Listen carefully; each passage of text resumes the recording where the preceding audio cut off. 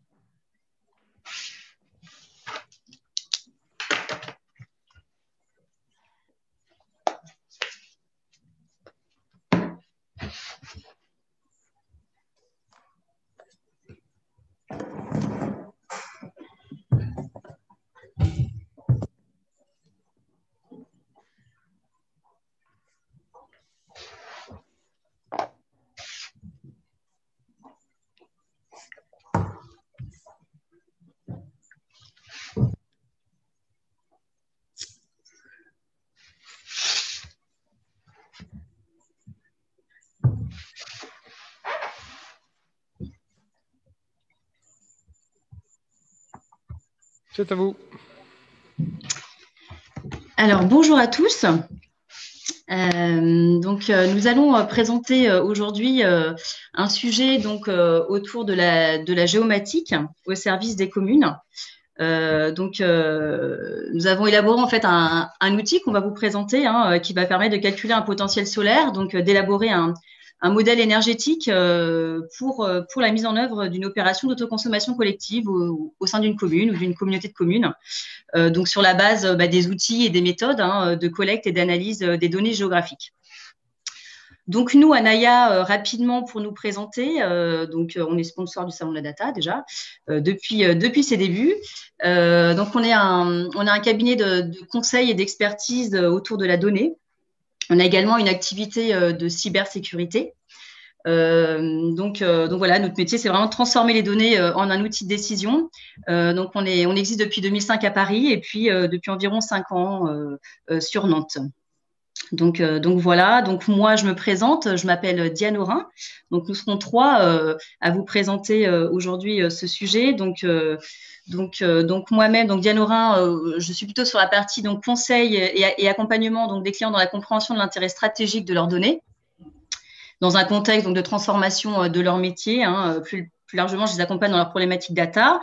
Je serai également accompagnée de mon collègue Johan Lerose, qui a conçu la solution qu'il vous présentera, qui est un expert en géomatique et plus particulièrement dans le domaine de l'énergie depuis 5 ans. Et puis également Christophe Malnou, qui bénéficie de plus de 20 ans d'expérience dans le domaine de l'énergie et de la mise en œuvre de plateformes data et notamment d'architecture big data, qui est passionné de technologie, d'open data et tous les usages, notamment dans le cadre de la transition énergétique. Voilà. C'est vraiment, on apporte vraiment une expertise data qui va être couplée avec cette expertise et notre connaissance du domaine de l'énergie. On travaille depuis plus de 8 ans avec les plus grandes entreprises de l'énergie. Voilà, c'est par rapport à ce positionnement et cette expertise qu'on va pouvoir vous présenter aujourd'hui cette solution de géomatique au service des communes. Rapidement, je vais introduire le sujet avant que mon collègue vous présente la solution. La géomatique, on est vraiment sur l'intelligence géographique. De manière assez concrète, c'est quoi? Ça va être de superposer tous les indicateurs qui nous paraissent pertinents pour l'objectiviser, de superposer tous ces indicateurs sur une zone surface XY, un petit peu comme on ferait avec des calques, et puis évidemment d'en extraire toutes sortes de corrélations. Donc, la démarche méthodologique qu'on a suivie, donc, c'est de collecter, de traiter et d'intégrer toutes sortes, toutes sources de données publiques. Il en existe énormément. Donc voilà, et puis ce qui va être vraiment le plus gros du travail, ça va être de fiabiliser et de normaliser toutes ces données pour les inscrire dans un système d'information géographique, sinon elles n'auraient évidemment pas de sens, on ne pourrait pas les exploiter, et évidemment de les rapprocher entre elles. Et donc tout ça au service de la transformation des usages, et plus particulièrement pour l'étude du potentiel énergétique d'une commune. Donc voilà. Johan, je te laisse peut-être la parole pour présenter un petit peu la solution. Oui, bonjour à tous, Johan Lerose. Donc, je vous parle ici en tant que spécialiste de la donnée géographique. Et comme l'a si bien dit Diane, je vais vous parler d'intelligence géographique et en vous présentant une solution qu'on a mis en place pour un grand groupe de l'énergie en France, dont je ne citerai pas le nom. Donc, c'est l'outil Solaris. Il consiste à afficher des potentiels solaires à l'échelle d'une commune ou de deux, plusieurs PCI, donc des établissements publics de coopération intercommunale. Il consiste à rassembler des informations géographiques dans un système d'informations géographiques, de les mettre sur le même plan de l'espace et d'en sortir des informations pertinentes. À base de multitudes de sources publiques, mais aussi et surtout de bases de données qui rapprochent les parcelles, les adresses et les bâtis. Tout l'enjeu, on va dire, de traitement de l'information dans ce domaine-là est ici. C'est pour ça que on parle de chef d'orchestre, on parle d'un bon chef d'orchestre pour le traitement des données. On a utilisé Python, mais il pourrait, notamment que GeoPanda, il pourrait avoir bien d'autres chefs d'orchestre, mais c'est celui qu'on a utilisé pour ce projet-là. Et une fois que les données sont traitées, on affiche le résultat via Tableau Software, comme on va vous montrer après. Tu peux passer, Diane. Du coup, la solution qu'on va vous présenter, donc toujours Solaris, est basée essentiellement sur des données publiques. Et c'est tout donc des bases d'adresses, donc celles de l'IGN, mais aussi celles venant d'Etalab, mais aussi des bases bâties. Donc pareil, ça vient du cadastre. C'est des données qui sont passées en open depuis quelques années maintenant, mais très peu, 2-3 ans. Et aussi énormément de points d'intérêt géolocalisés. Donc là, ça va aller de la classique base sirène, mais aussi des sites pollués, Basel, mais aussi des établissements de santé, l'annuaire d'administration locale, quand par exemple on va s'adresser à des communes, ils vont vouloir qu'on s'intéresse à leurs bâtiments publics. Donc, c'est un des moyens de trouver de l'information sur les bâtiments publics, c'est d'aller chercher les adresses contenues dans l'annuaire de l'administration locale. Même chose pour le répertoire des logements locatifs. C'est une base de données qui s'appelle le RPLS. Et c'est la même idée, en fait. C'est des adresses qu'on va aller rentrer dans le SIG ensuite pour pouvoir aller chercher le bâtiment en question.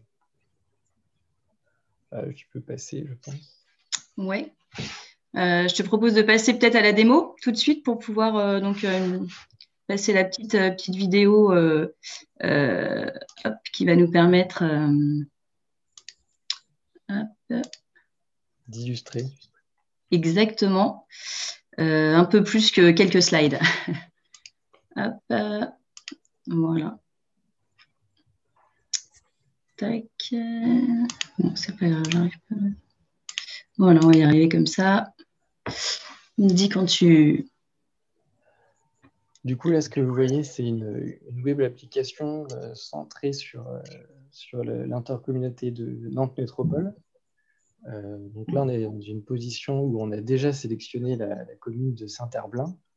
Et on voit, par exemple, à Saint-Herblain, le nombre de kilowatts crête que cela représenterait sur les bâtiments. Ah, je vais peut-être lancer. Ouais. Mais il n'y a pas que Saint-Herblain, on voit le total à Nantes.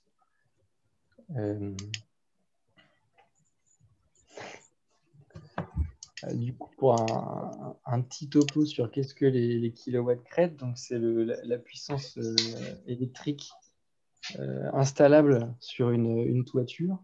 Et ça va être le maximum. On va toujours regarder le maximum, même si le reste du temps, en général, c'est le maximum de là où il y a le plus d'ensoleillement. Ça va être le facteur pour choisir le nombre de panneaux, la puissance qu'il faudra choisir. Donc voilà, on a un petit état des lieux par classe de tranches de puissance. Là, on va voir, ça va de 50 à 300. Donc ça va permettre de filtrer parmi nos bâtiments. Et vous allez voir ensuite dans la vidéo qu'il y a cette notion qui, là, évidemment, nous intéresse de combien de panneaux, quelle puissance on pourrait installer. Mais il y a aussi sur quel bâtiment nous intéresse. Donc ça, c'est des données qui viennent des points d'intérêt qui vont nous permettre, par exemple, on va le voir dans la vidéo, de citer tous les bâtiments des écoles, par exemple, d'éducation ou des lycées. Donc là, dans l'exemple qu'on va vous montrer, on va regarder quels sont les lycées présents à Saint-Herblain et on va zoomer sur un de ces lycées.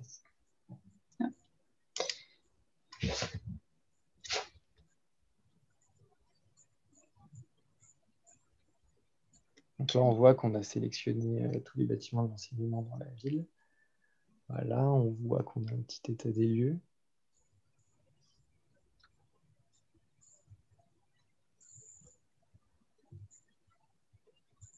Voilà, on voit le bâtiment qui s'affiche.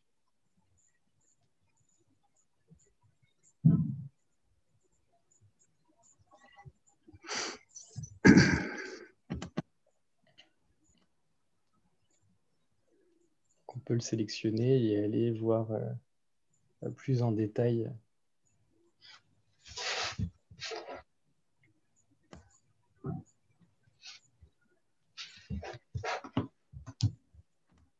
Donc on sait qu'on dénombre à peu près 4 bâtiments. On voit la puissance par toiture. Et on sait aussi quels occupants sont à l'intérieur. Alors, sur je prends juste la parole 2 minutes. Ça, je dirais que ce sont des études amont, c'est-à-dire c'est où je veux installer les études suffisantes et nécessaires pour voir où je peux installer, par exemple, du photovoltaïque, du solaire thermique et tout un tas d'autres choses sur une commune, une communauté de communes. Maintenant, une fois que c'est installé, ces panneaux photovoltaïques ou ces autres systèmes qui sont mis sur le territoire, comme de l'éclairage public, enfin tout un ensemble de choses qui sont distribuées, sont aussi des objets, des IoT, qui sont susceptibles de remonter de l'information en disant je fonctionne pas, ou je suis en train de produire ça. Et ces données, on est capable d'avoir donc les mêmes interfaces avec derrière la partie, sur la partie aval, c'est-à-dire la surveillance pour de l'entretien, du suivi de production, du suivi d'incidents ou que sais-je. Donc voilà, ça c'est voilà. Donc en fait, on a cette base, on pose la base de tout un tas de données open data sur des clusters, plutôt des clusters Hadoop, avec des outils comme GeoPanda qui viennent touiller ces données, qui viennent les triturer dans tous les sens de façon à les mettre en corrélation. Et ensuite, on peut travailler en superposant les besoins de la commune ou les questions que se pose une commune, une communauté de communes, etc., une région, regarder les besoins, estimer les besoins et derrière, une fois qu'il y a eu les développements ou les installations, les choses comme ça, faire le suivi avec des systèmes d'IoT. C'est des choses qu'on a fait pour un client sur différentes villes en France, où derrière, on reçoit l'autoconsommation collective qui est reliée à ces études-là. Donc, on peut faire aussi avoir la corrélation entre l'étude qu'on a fait et quel est le résultat sur le terrain. Tout à fait. Johan. Donc, voilà le genre de choses que l'on sait faire. Très bien. Tout à fait. D'ailleurs, par rapport à ça, justement, peut-être tu peux continuer, Christophe ou Johan, sur justement comment aller encore plus loin avec le deep learning, parce que là, donc, tu as évoqué plusieurs cas d'usage et plusieurs choses, mais c'est vrai qu'on peut encore aller plus loin. Sur notamment la détection de places de parking avec tout ce qui va être le traitement d'images, également tout ce qui va être analyse des réseaux sociaux pour justement sonder un peu les sentiments des citoyens. C'est très très important pour mettre en place des projets, notamment donc pour les communes. Et tout ça, évidemment, en garantissant une éthique et la sécurité des données. Christophe, tu as parlé rapidement que ces données vont être stockées sur des clusters Hadoop. Et c'est vrai que c'est aussi nos métiers, la protection des données et la sécurité et la cybersécurité. Donc, c'est quelque chose qui nous est, où on fait vraiment attention à ces aspects très particulièrement. Donc voilà. Et donc, pour continuer justement sur cette étude du potentiel énergétique, en fait, qui va nous permettre, donc ce calcul de potentiel solaire, donc de calculer une capacité de photovoltaïque. C'est notamment pour pouvoir mettre en œuvre des opérations d'autoconsommation collective, comme l'a expliqué Christophe. Donc rapidement, pour ceux qui sont peut-être pas très avertis avec ces opérations, en fait, donc l'autoconsommation, ça consiste à produire soi-même de l'énergie et de la consommer sur place localement. Donc ça peut être en individuel, mais nous, là, ce qui nous intéresse là plus particulièrement, et notamment à l'échelle d'une commune, ça va être l'autoconsommation donc collective, qui elle en fait va permettre de répartir l'électricité en fait produite par un ou plusieurs producteurs entre plusieurs consommateurs qui sont proches physiquement, donc je crois un périmètre de 2 km de diamètre. Donc voilà, sur ce sujet de l'autoconsommation collective, où aujourd'hui, comme le rappelait Christophe, on est assez impliqué, on accompagne donc notre client sur l'aide à la gestion d'une opération d'autoconsommation collective. Il faut savoir que dans ce genre d'opération, donc il y a une personne morale organisatrice qui doit être identifiée, qui doit être décrétée avec tous les producteurs et les consommateurs. Qui a la charge en fait de définir les règles de répartition de la production localement. Donc ça va être très déterminant justement cette phase un peu contractuelle de définition des règles. Donc pour la répartition au tantième par exemple, ou au prorata de la consommation de chacun. Donc ça peut être à l'échelle de bâtiments, ça peut être des bailleurs sociaux avec des locataires, mais voilà, à l'échelle d'une commune, ça peut être des bâtiments publics. Et donc nous, dans le service qu'on va offrir d'aide à la gestion d'une opération d'autoconsommation collective, derrière, ça va être la gestion du périmètre des adhérents, justement, tous les échanges de données qui peuvent exister donc avec Enedis. Et puis là où on aura vraiment une plus-value par rapport à notre expertise data, ça va être aussi sur tout ce qui va être coefficient de répartition, tout ce qui va être optimisation en fait de l'autoconsommation. Alors je reprends la main juste 2 secondes. On a développé, cette solution a été développée en étant totalement sur Internet, parce que pour plusieurs raisons. La première raison, c'est que les règles édictées par la CRE, Commission de régulation de l'énergie, n'arrêtent pas d'évoluer, mais à un rythme très vite. Au début, c'était un seul kilomètre, un rayon, l'autoconsommation n'était possible que dans un rayon d'1 kilomètre. Il fallait être même sur le même réseau basse tension, on n'avait pas le droit à plus de puissance, etc. Et puis aujourd'hui, on en est à 20 km, on peut avoir plusieurs réseaux basse tension, on peut traverser des transformateurs. Il y a sur un autre projet, toujours pour ce gros client, on commence à travailler avec différents éléments qui se rajoutent au-delà du photovoltaïque, qui sont des batteries qui absorbent l'énergie au moment où il fait beau et qui restituent l'énergie à la pointe, c'est-à-dire le soir. Mais on commence à voir aussi arriver des problématiques de voitures, de véhicules électriques en recharge, etc. Sur un des sujets qu'on a à traiter, on a par exemple toute une partie où c'est un crous, donc il n'y a pas d'étudiants. Enfin, en ce moment, les pauvres étudiants, ce n'est pas très simple pour eux, la vie. pour beaucoup de gens d'ailleurs. Mais le Crous, par exemple, qui participe, donc qui bénéficie de cette production électrique. Les étudiants n'étant pas là sur l'été, il faut répartir autrement. Donc, c'est pour ça que nous sommes partis sur des technologies qui sont très, très adaptables, qui sont…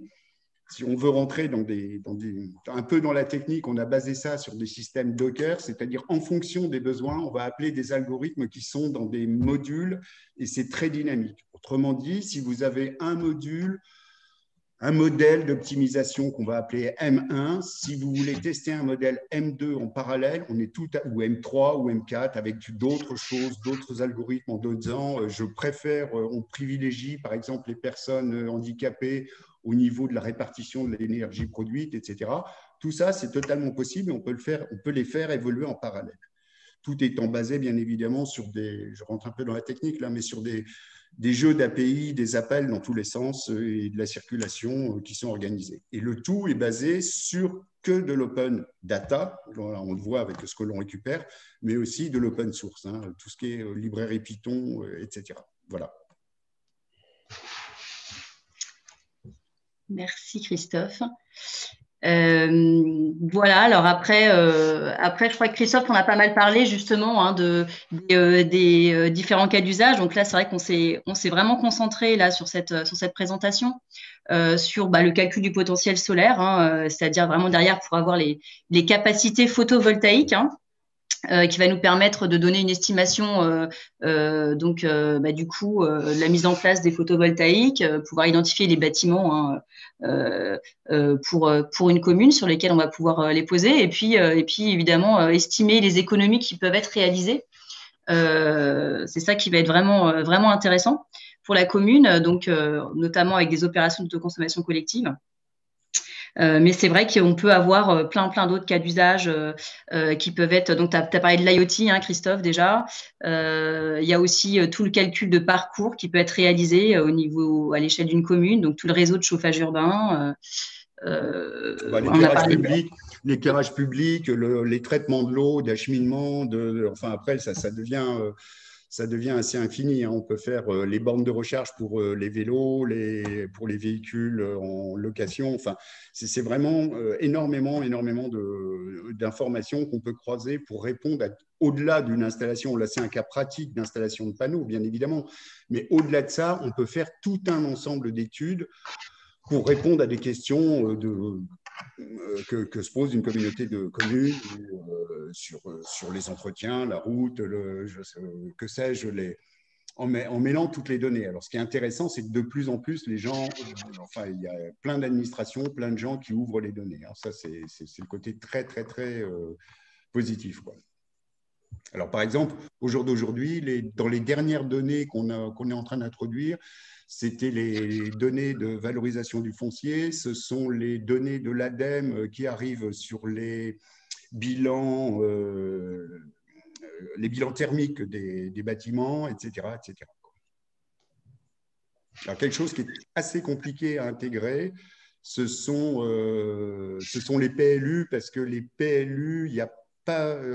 je dirais qu'à peu près chaque commune ou chaque entité sur le territoire a son PLU avec ses spécificités. Donc ça, c'est plus compliqué à intégrer.